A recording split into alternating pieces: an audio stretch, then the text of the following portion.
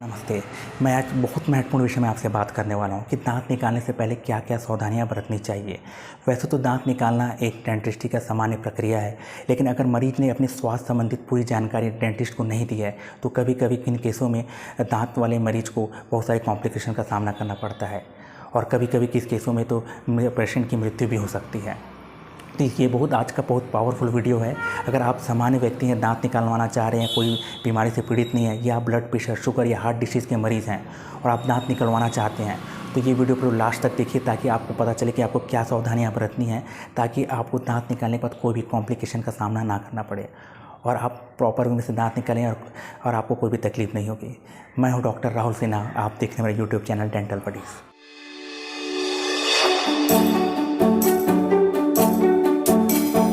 तो आज मैं आपको वन बाय वन करके जानकारी दूंगा कि दांत निकालने से पहले क्या क्या सावधानियां बरतनी चाहिए।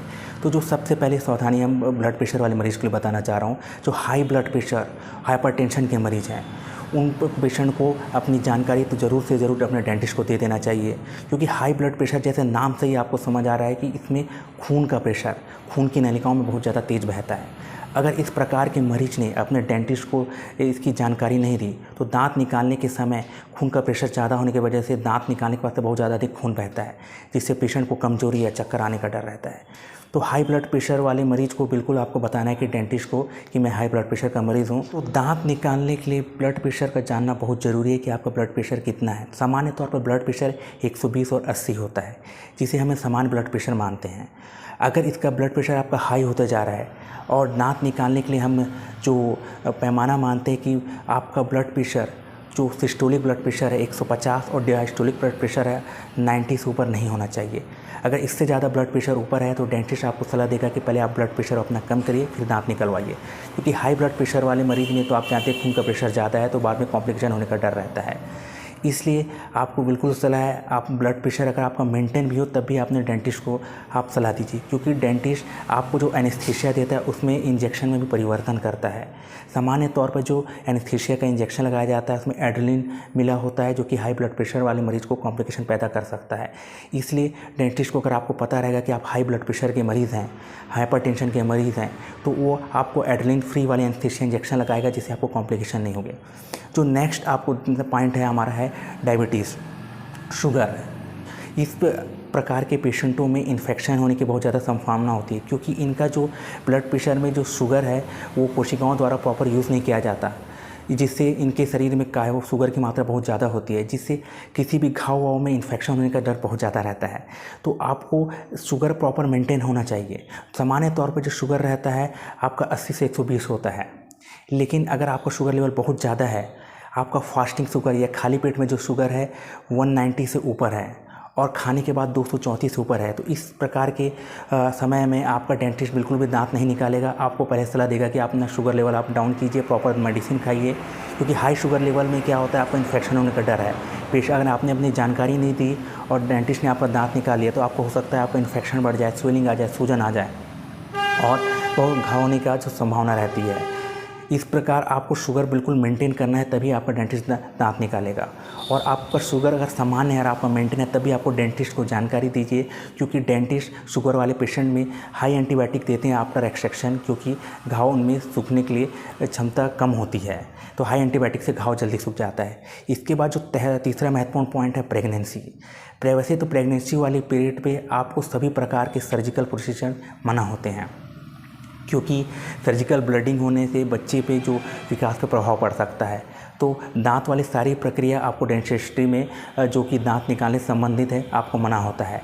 हाँ, कुछ सामान्य प्रोसीजर है, जैसे दांत की सफाई करना, दांतों में फिलिंग करना, आप सेकंड ट्राइमेस्टर में, मतलब आपका जब 3 से 6 महीने के बीच में आप करवा सकते हैं, वरना आपको उसको बिल्कुल भी कोई भी सर्जिकल प्रोसीजर इसमें नहीं किया जाता। चौथा जो पॉइंट है हार्ट डिसीज़। अगर किसी पेशेंट को हार्ट डिसीज़ है या हार्ट में पेसमेकर लगा हुआ है या एंजियोप्लास्टी या एंजियोग्राफी हुई है, इस प्रकार के पेशेंटों में एक मेडिसिन दी जाती है जिसका नाम है इकोस्प्रिन। इकोस्प्रिन से खून पतला हो जाता है, क्योंकि ऐसे मरीजों का खून थिक रहता है, गाढ़ा रहता है, तो खून का थक्का खून की नलिकाओं में जमने का डर रहता है, जिससे हार्ट अटैक आने की संभावना रहती है। इसलिए ऐसे टाइप के पेशेंटों को डॉक्टर इकोस्प्रिन देते हैं ताकि इनका खून पतला रहे।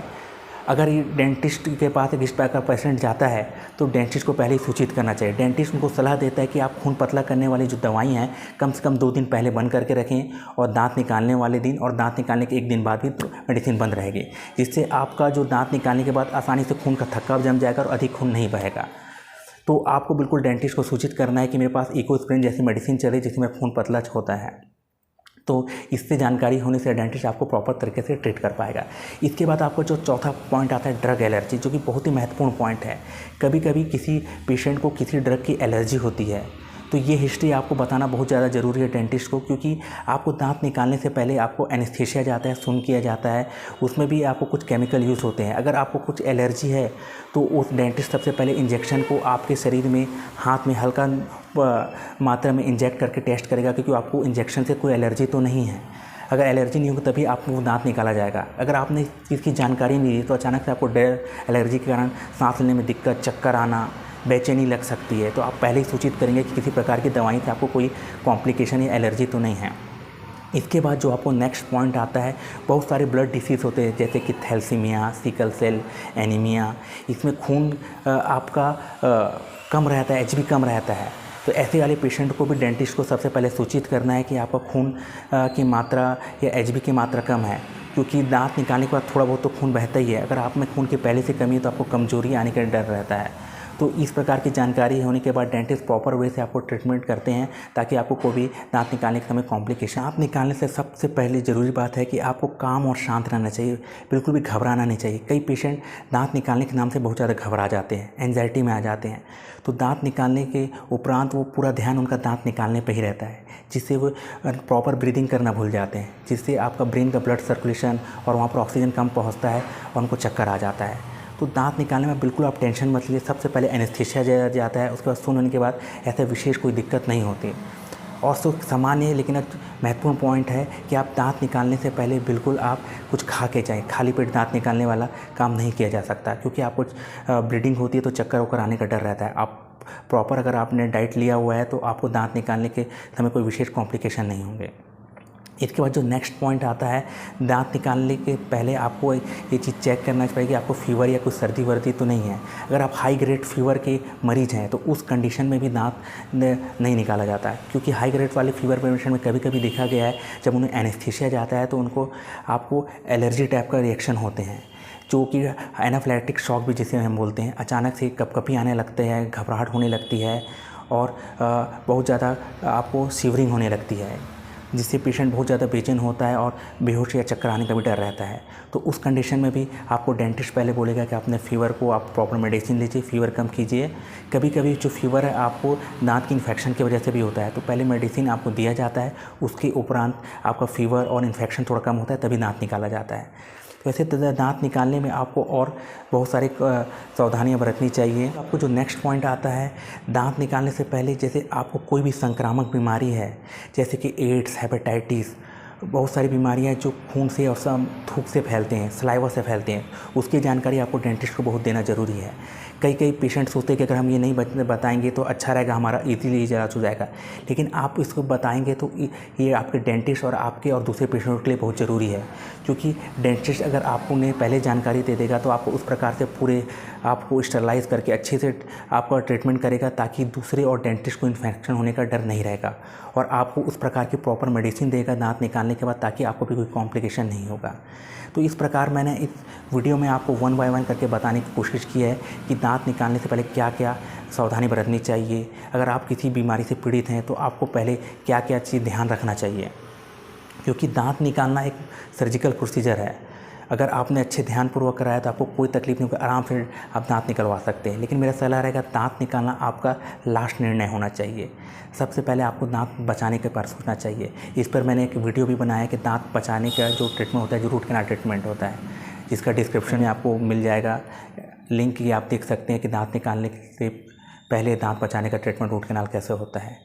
तो आपको ये वीडियो कैसा लगा मुझे बताएंगे, और आपको इस तरह का और वीडियो चाहिए तो बिल्कुल आप कमेंट बॉक्स में लिख सकते हैं। इस वीडियो को लाइक कीजिए, शेयर कीजिए, और जो भी दांत निकलवाने जा रहे हैं उनको भी शेयर कीजिए, ताकि उनको पता चले दांत निकालने से पहले क्या सावधानी बरतनी चाहिए। और बिल्कुल भी घबराने की ज़रूरत नहीं है, दांत निकालने इतनी बड़ी चीज़ नहीं है। अगर प्रॉपर ध्यान रखेंगे तो आप इजी वे में आप दांत निकलवा सकते हैं। धन्यवाद, नमस्ते।